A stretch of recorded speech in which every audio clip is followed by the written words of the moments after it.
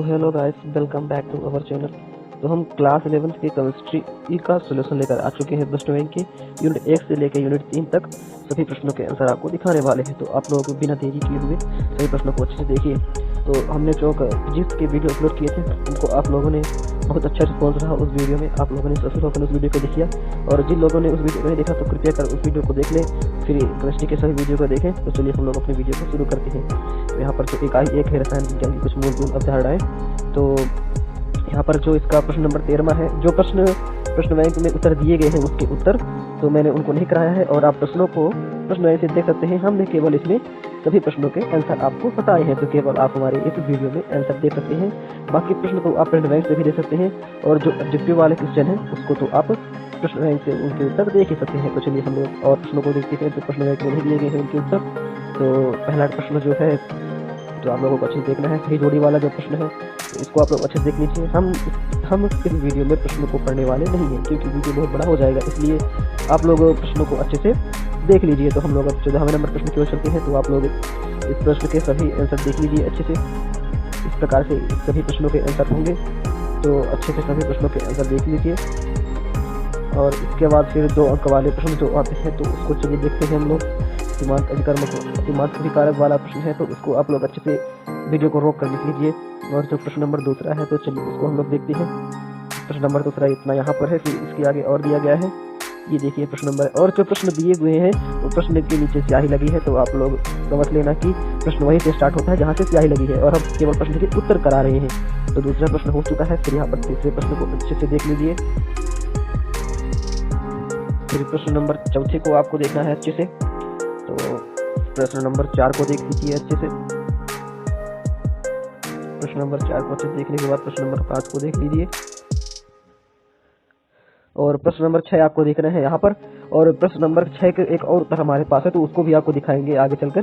तो प्रश्न नंबर का 6वां उत्तर एक इस प्रकार से है, और एक और प्रकार से उत्तर है इसका, तो इस प्रकार से भी लिख सकते हैं, और जो आगे दिखाएंगे तो उस प्रकार से भी इस प्रश्न का उत्तर लिख सकते हैं। तो चलिए पहले 7वें प्रश्न को हम लोग देखते हैं, और 7वें प्रश्न को आपको इस प्रकार लिखना है। तो इसके बाद 8वां प्रश्न आगे दिया हुआ है, तो उसको आप लोग अच्छे से लिख लेना है इसी प्रकार से। तो हमारे चैनल को सब्सक्राइब कर लीजिए, जो चैनल को सब्सक्राइब नहीं किया है चैनल को सब्सक्राइब कर ले जल्दी से, और बेल आइकन को जरूर प्रेस कर लें, ताकि सभी चीज़ों के जो प्रश्न बैंक हमारे चैनल में डाले जा रहे हैं तो आपको सभी प्रश्नों के आंसर मिल सके। तो आप लोग हमारे चैनल को सब्सक्राइब करिए। आप लोग चैनल को सब्सक्राइब नहीं करते हैं तो कृपया चैनल को सब्सक्राइब करिएगा। यहाँ पर 9वें प्रश्न को आप लोग देख सकते हैं, मोल संकल्पना क्या है। तो मोल संकल्पना के इसके बाद हम लोग मोल को देखते हैं। तो मोल की हमने 2 परिभाषाएं बताई हैं, तो 2 परिभाषाओं में से आप एक परिभाषा को लिख सकते हैं, और दोनों परिभाषाओं में अवोगाद्रो संख्या ही मोल संख्या है। तो इन तीनों परिभाषाएं लगभग एक ही है, परंतु आपको जो कोष्टक में दिया है तो कोष्टक में दिया उसको लिख सकते हैं, फिर अवोगाद्रो संख्या को लिख सकते हैं, या तो फिर आप इन दोनों में से एक को लिख लें, फिर उसके बाद आपको ये वाला आंसर लिखना है अवोगाद्रो संख्या। तो चलिए आगे वाले प्रश्न को हम लोग देखते हैं, जो कि कवा है प्रश्न नंबर 11 का आप लोग उत्तर देख लीजिए, और वीडियो की क्वालिटी जरूर बढ़ा लीजिएगा ताकि प्रश्न आपको साफ से दिखा सके। प्रश्न नंबर 11 को आपको इस प्रकार से लिख लेना है। आगे और है तो इसको देख लीजिए। प्रश्न नंबर 11 इसे देख लेना है आपको इस प्रकार से। इसे देखने के बाद हम लोग आगे वाले प्रश्न की ओर बढ़ते हैं। तो प्रश्न नंबर 7वां जो अथवा है, प्रश्न नंबर 7वां को हम लोग इस प्रकार से भी कर सकते हैं। हमने पीछे भी आपको प्रश्न नंबर 7वां और 6वां बताया था कि प्रश्न नंबर 6वें और 7वें के 2 प्रकार से उत्तर है। तो 7वें को और 6वें को एक और उत्तर दिखाएंगे आपको। तो जो आपका ये प्रश्न नंबर 7वां है तो आपको इस प्रकार से भी कर सकते हैं इसे। तो वीडियो की क्वालिटी को बढ़ा लीजिएगा। इसके बाद 12वां प्रश्न देखते हैं। 6वां प्रश्न आपको आगे दिखाएंगे जो दूसरे प्रकार का है। प्रश्न नंबर 6वां में ये हमें दिया हुआ है, फिर इसके आगे आपको इस प्रकार से लिखना है। इस प्रकार से लिखने के बाद आपको आगे इस प्रकार से करना है। इसमें इस प्रकार से करने के बाद हमें फिर 13वां प्रश्न देखना है। तो आप लोग 13वें प्रश्न को देख सकते हैं यहाँ पर। स्टॉक विलय किसे कहते हैं। 13वें प्रश्न को अच्छे से देखने के बाद हम आगे वाले प्रश्न को देखते हैं, 14वें प्रश्न को देखते हैं। तो जो 14 नंबर वाला प्रश्न है वो इस प्रकार से दिया हुआ है, तो आप लोग अच्छे से इसे देख लीजिए, और अच्छे से नीचे छोड़ा और उसको भी देख लीजिए। और प्रश्न नंबर जो 15वां है उसको भी आपको देखना है। 14वें और 15वें नंबर का लिखने के बाद प्रश्न नंबर जो 6वां का अथवा है, इस प्रकार से भी आप कर सकते हैं 6वें प्रश्न का उत्तर। तो आपको जितने प्रकार से उत्तर 6वें का बन सकता है उस प्रकार से हमने आपको 6वें प्रश्न का आंसर बता दिया है। तो इस प्रकार से भी लिख सकते हैं। अब हम लोग बढ़ते हैं यूनिट 2 की ओर। तो यूनिट 2 में जो परमाणु संरचना है तो उसके प्रश्न उत्तर आप लोग देखते हैं। तो चलिए इसके जो प्रथम प्रश्न है 2 अंक वाले हैं, उनको प्रश्न को देख लेते हैं। इसको देखने के बाद आपको प्रश्न नंबर तीसरा देखना है। प्रश्न नंबर दूसरे में 3 प्रकार के प्रश्न है तो उनको देखना है। नंबर दूसरे में आपको इस प्रकार से करना है। जो हमने प्रतीक लिखा है 7 क्लोरीन 35, तो हमने जिस प्रकार से लिखा है आप इस प्रकार से लिख सकते हैं, या तो फिर 35 को 17 के ऊपर भी कर सकते हैं, इस प्रकार भी लिख सकते हैं। जो यहाँ पर प्रतीक लिखा है यूरेनियम का और क्लोरीन का, तो हमने यूरेन के सामने जो 233 लिखा है तो इसको आप इस तरफ भी लिख सकते हैं, तो दोनों तरफ से सही रहेगा, गलत नहीं किया जा सकता, दोनों तरफ में लिख सकते हैं, दोनों तरफ से लिखा जा सकता है। तो आप लोग इस प्रकार से इस प्रश्न को लिख सकते हैं। उसके बाद हम लोग प्रश्न नंबर तीसरे को देखते हैं। तो प्रश्न नंबर तीसरा इस प्रकार से है। आपको ये को थोड़ा अच्छे से बनाना है लैम्डा को, क्योंकि लैम्डा मुझसे अच्छे से बनाते नहीं आता है, तो मैंने उसका जिस प्रकार आया तो मैंने बना दिया। आप लोग अच्छे से देख लीजिएगा। और इसके बाद आपको इसको भी देखना है, लैम्डा इस प्रकार से बना हुआ है। कई बार मुझसे लैम्डा बनाने में गलती हो गई है, तो आप लोग चैनल को जरूर सब्सक्राइब कर लीजिएगा। इस प्रश्न का पूरा आंसर इस जो सूत्र है, इस सूत्र में इसका मान रख दिया गया है, तो यहाँ पर आंसर निकल के आ गया है। तो अपने तीसरे प्रश्न का आंसर इस प्रकार से देख सकते हैं। तो इसके बाद चौथे प्रश्न को आपको देखना है अच्छे से, जो दिया हुआ है चौथे प्रश्न में हमने उत्तर लिख लिया है। तो उसके बाद फोटॉन की संख्या फोटॉन की ऊर्जा लिखकर इस प्रकार से उसे हल किया है, तो आपको इसी प्रकार से हल कर लेना है। यहाँ पर इसका आंसर आता है। इसका आंसर आ जाने के बाद आप लोगों को आगे वाले प्रश्न इसी का जो आगे वाला प्रश्न है उसको आपको देख लेना है अच्छे से। प्रश्न नंबर जो दूसरा है इसी प्रश्न का, तो उसको भी आपको इस प्रकार से कर लेना है। तो इसके बाद जो इसी प्रश्न का जो तीसरा प्रश्न है, तो इसको भी आपको इस प्रकार से करना है। इस प्रकार से करने के बाद इसका आंसर इतना आता है, तो इस आंसर को अच्छे से देख लीजिए और इस प्रकार से इसका आंसर लिख लीजिएगा। फिर इसके बाद हम लोग आगे वाले प्रश्न को देखते हैं, प्रश्न नंबर 5 को। तो इसका आंसर आपको इस प्रकार से लिखना है। प्रश्न नंबर 5 का आंसर इस प्रकार से लिख लेना है आपको। आगे और देखते हैं। वीडियो बहुत लंबा होता जा रहा है, तो आपको वीडियो को अच्छे से देखना है। वीडियो ज़्यादा छोटा हो इसलिए हम सभी प्रश्नों को दिखा रहे हैं, पढ़ नहीं रहे हैं, तो आप अच्छे से प्रश्नों को देख लीजिए। और छठवें प्रश्न को हम लोग देखते हैं। तो छठवें प्रश्न को आपको इस प्रकार से लिखना है। जो महत्वपूर्ण शब्द है हमने उसे हाईलाइटेड कर दिया है, तो आपको उसको भी देखना है। प्रश्न नंबर 6 को नीचे उसके नीचे इस प्रकार से आपको लिखना है। इस प्रकार से लिखने के बाद प्रश्न नंबर 7 को भी आपको देखना है। कुंड के नियम के अनुसार इस प्रकार से हमने इसे बताया है, तो इस प्रकार से आपको इसको लिख लेना है।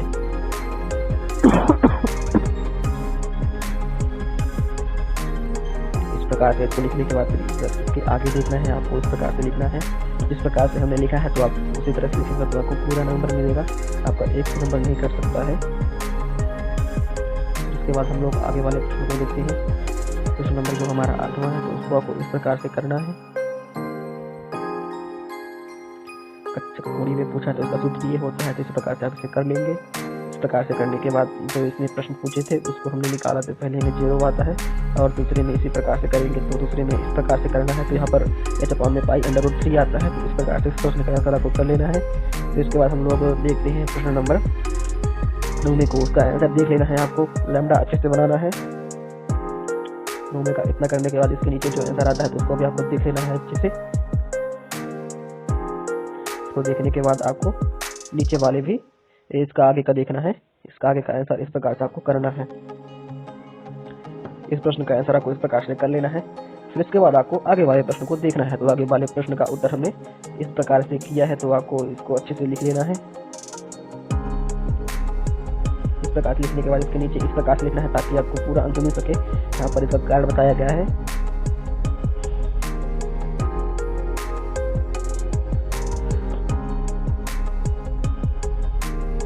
पर आपको नंबर 11वां देखना है, इसका भी आंसर आपको अच्छे से कर लेना है।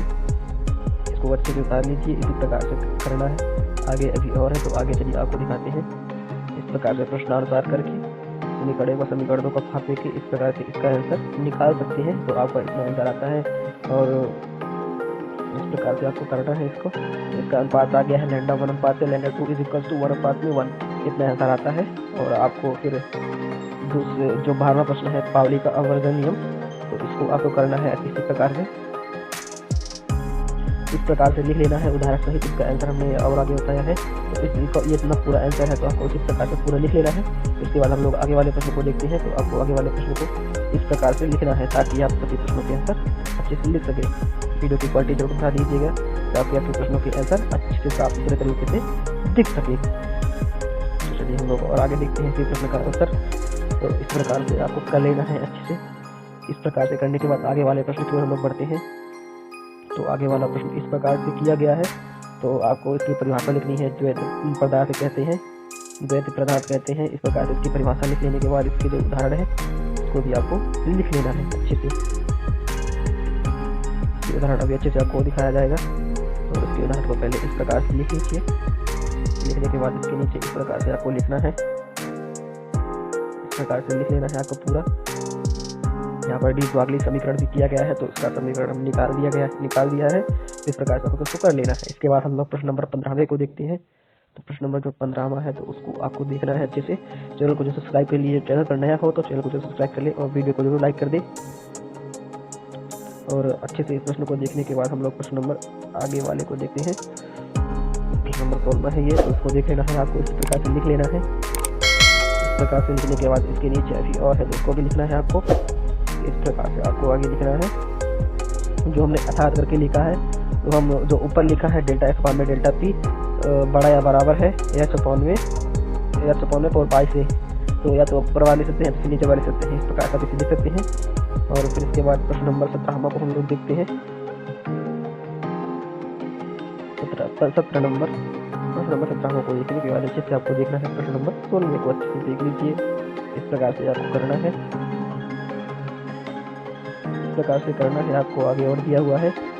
इतना लिखने के बाद इसके आगे किस प्रकार से करना है आपको। पूरा प्रश्न का आंसर इसी प्रकार से लिखना है जिस प्रकार से हमने किया है, ताकि आपको पूरा नंबर मिल सके।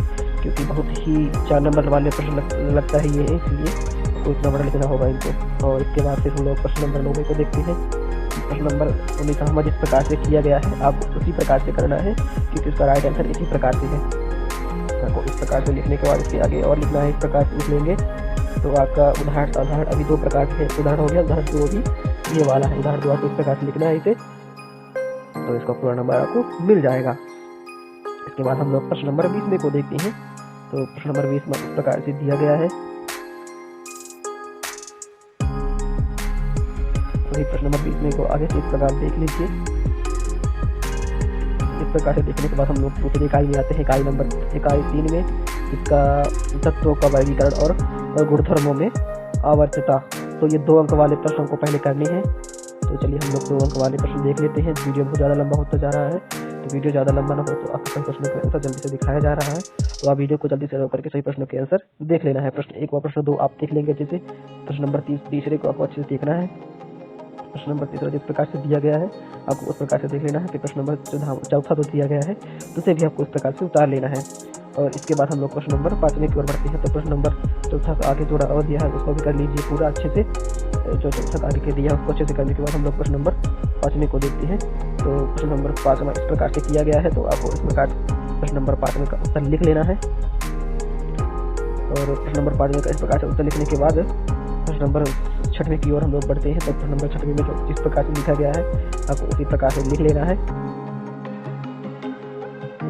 ये कब पूरा राइट आंसर दिया गया है तो आपको इस प्रकार से लिख लेना है इसका आंसर। फिर आगे वाले प्रश्न की ओर हम लोग बढ़ते हैं। तो प्रश्न नंबर जो 7 है तो उसको आपको देखना है अच्छे से। इस प्रकार से आपको कर लेना है इसे।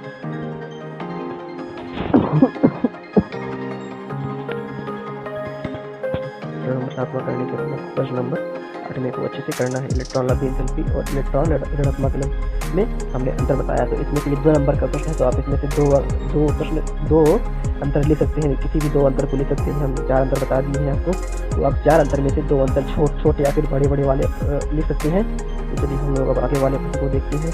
तो प्रश्न नंबर हमारा जो 9 है तो आपको देख लेना है। वीडियो को जरूर लाइक कर दीजिए।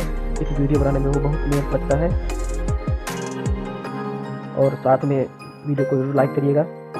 9वें प्रश्न का आंसर इस प्रकार से दिया हुआ है। इसके बाद हम लोगों को 10वें प्रश्न को देखना है। तो 10वें प्रश्न को इस प्रकार से आपका आंसर लिखना है। और 11वें प्रश्न को हम लोग देखते हैं। तो 11वें प्रश्न को आपको इस प्रकार से करना है। इसका आंसर इसी प्रकार से कर लेना है, क्योंकि बिल्कुल सही आंसर है, यही इसका आंसर होगा। इसके बाद हम लोग प्रश्न नंबर 12वें को देखते हैं। तो ये प्रश्न नंबर जो 12वां दिया हुआ है, तो प्रश्न नंबर 12वें को आपको देखना है अच्छे से इसी प्रकार से। वीडियो को थोड़ा बड़ा कर दें हम, ताकि आप देख सकें। आपको इस प्रकार से इसको लिख लेना है। इसके बाद हम लोग प्रश्न नंबर 13वें को देखते हैं। तो प्रश्न नंबर 13वां है, तो आपको इस प्रकार से इसका ये इस प्रश्न का आंसर किसी के पास लगता है मुझे नहीं है। जो मैंने इसका आंसर लिखा है बिल्कुल राइट आंसर है, इसका यही उत्तर होगा। बिल्कुल सही परिभाषाएं हमने इन दोनों की लिखी है और इसमें 2 नंबर का प्रश्न है तो हमने इसका दो अंतर हमने आपको बताया है। तो इस प्रश्न के लिए आपको लाइक तो जरूर बनता है।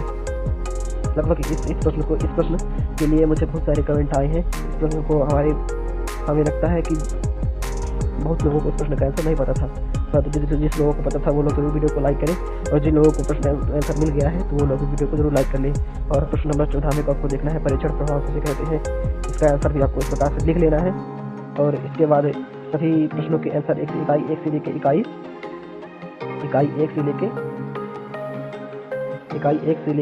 3 तक सभी प्रश्नों के आंसर आपको प्रोवाइड करा दिए गए हैं। यदि आपको हमारा आंसर अच्छा लगता है तो आप हमारे वीडियो को जरूर लाइक करिए और फिर चैनल को सब्सक्राइब करिए। और इसी प्रकार से आगे वाली यूनिट का प्रश्न हम लोग लेकर आएंगे, 3 यूनिट करके सभी प्रश्न पूरा करा देंगे। उसके बाद सभी विषयों के आपके उत्तर प्रोवाइड किए जाएंगे। और बोर्ड क्लासेस का भी हमें प्रश्न बैंक के उत्तर प्रोवाइड कर रहे हैं, क्योंकि 18 तारीख से पेपर होना तय हो गया है।